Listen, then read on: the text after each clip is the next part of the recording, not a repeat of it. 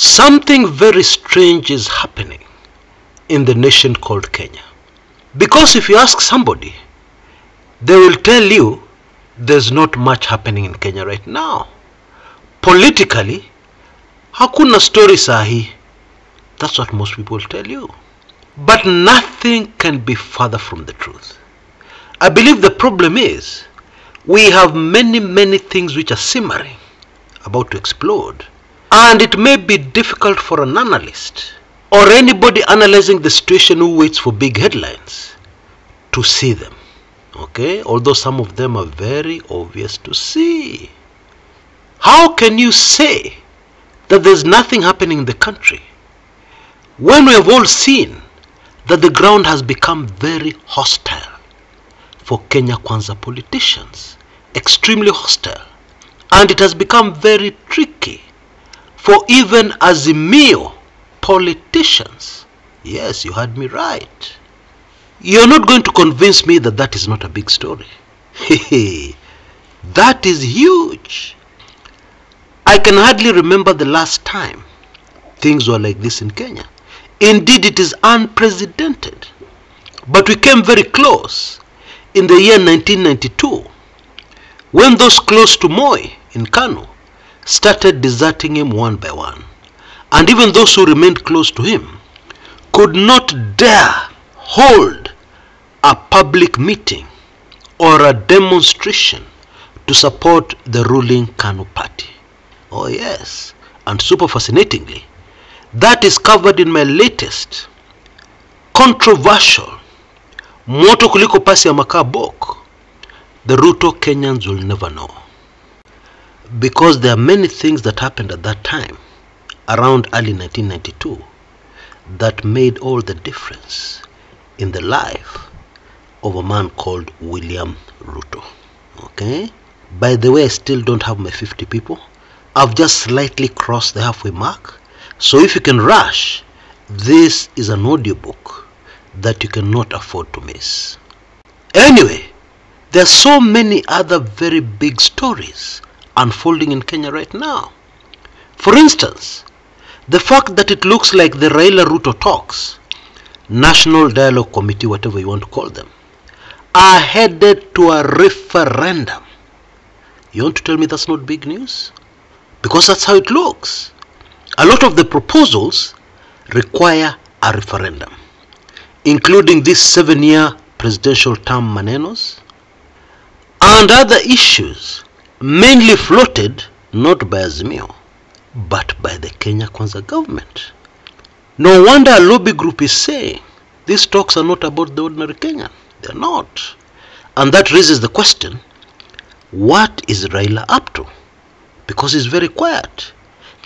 He has supported the talks continuing, despite the fact that everybody else in Azimio is saying, no, we're wasting our time.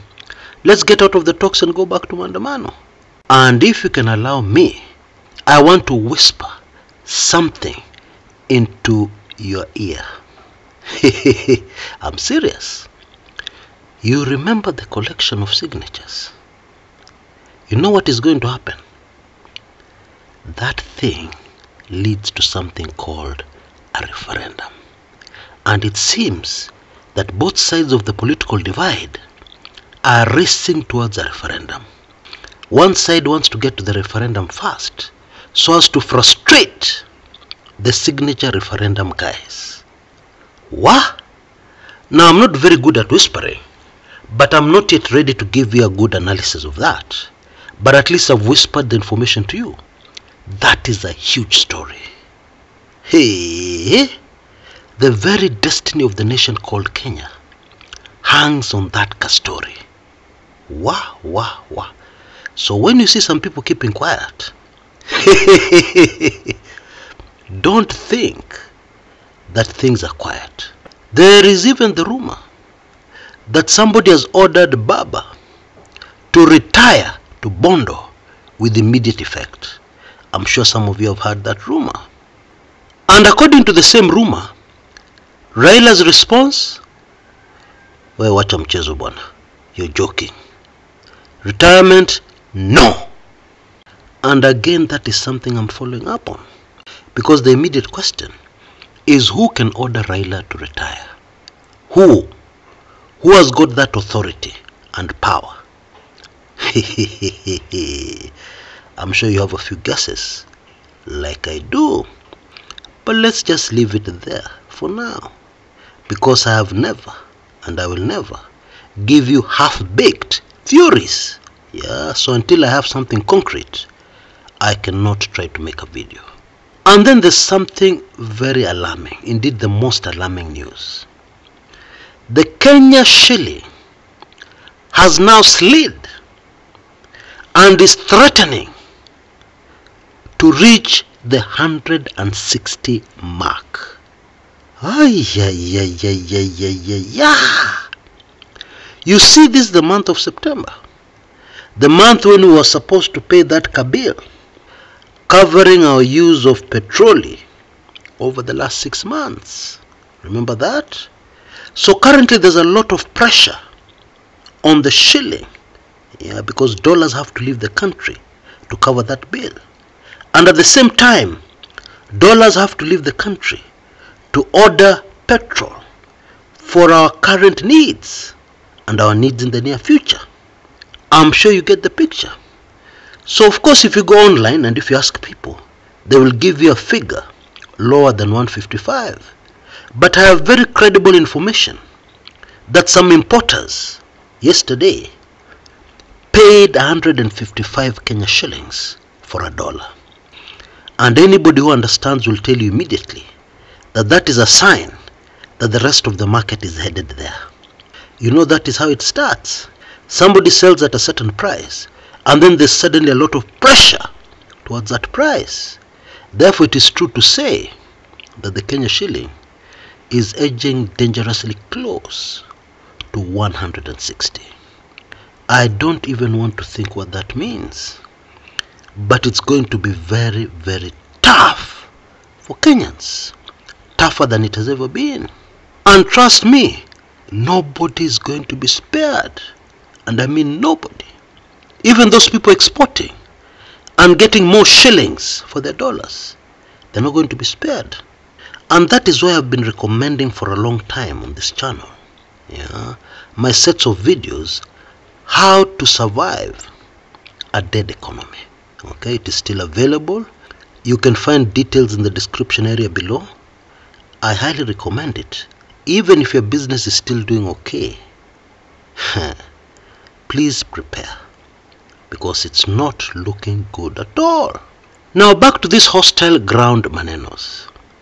When the ground is so hostile, yeah, and even tricky for opposition politicians or politicians on the right side of history, as some of us would put it, then the country is not in a good position. And really, you can't blame Kenyans, because all Kenyans have been hearing are sweet promises. Nothing has been delivered.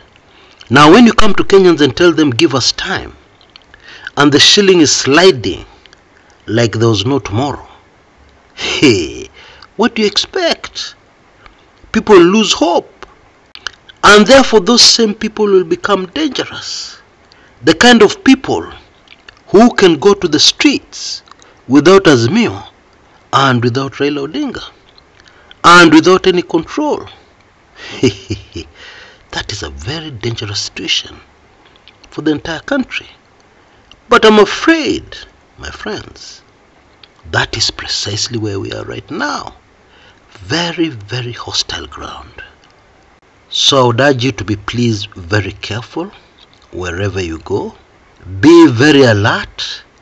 Be very sensitive to your surroundings. Yeah, because we live in very dangerous times. So, bottom line, it is not true to say there's not much happening in Kenya. Indeed, the very opposite is true. There is too much happening in Kenya currently. A lot of it in the background, in the back rooms of Kenyan politics. But even that one, as any seasoned analyst will tell you, has a lot of impact. It is backroom deals, yeah, in politics and in everything else that make all the difference at the end of the day. Now, very quickly before I go, please allow me to remind you again, I still don't have my initial 50 for my landmark book, the very latest, The Ruto You Will Never Know, which digs very deeply and gives you information you've never had. Yeah, I've taken a lot of care. The information that you already have, I have left out. I've only included information you do not have. Of course, the whole idea is to paint a very clear picture of who the chief decision maker in Kenya right now is and what he's all about and how he thinks, how he approaches issues, so that it will be very easy for you to predict where we're going.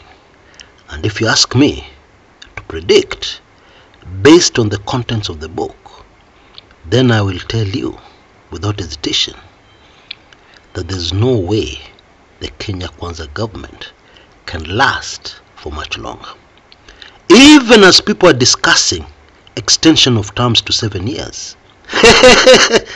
In fact, that discussion becomes funny when you take a sober look at our politics currently. As I promised yesterday, the first 50 people, and I need about 20 more people, will be able to get this landmark audiobook and PDF ebook, of course, at the price of only $19.92. Yeah, $19.92, or Kenya shillings 1992, which incidentally was the year of the YK92 and the year when the name William Ruto first came to the attention of Kenyans, and he was only 24 years old then. Yeah, you can see details on your screens right now. Please rush to avoid disappointment, because the price will change, I'm afraid, immediately I get those 50. In fact, for your sake, I can extend to 60, so that you have a higher chance of squeezing in, yeah, in that rush before I get that complete number and I have to increase the price. All the best. Until next time, this is Chris Kumekucha.